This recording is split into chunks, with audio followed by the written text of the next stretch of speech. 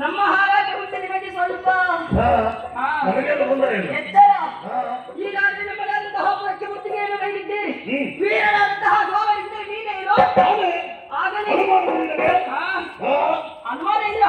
ನೋಡುವಾಗಲೇ ಗೊತ್ತಾಗುತ್ತದೆ ನಿನ್ನದಾದಂತಹ ವೀರತನ ಪರಾಕ್ರಮ ಶಕ್ತಿಯನ್ನುವುದಾಗಿ ಈಗಾಗಲೇ ನಾವು ತಿಳಿದುಕೊಂಡು ಬಂದಿದ್ದೇವೆ.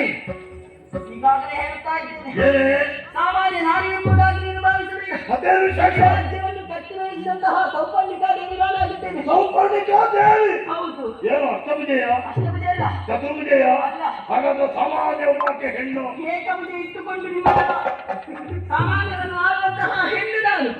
ನಿಮಗೆ ಆಲೆಕ್ಕ ಅಷ್ಟಭುಜದಿಂದ ಚತುರ್ಭುಜವಿಲ್ಲ. ಅಲ್ಲ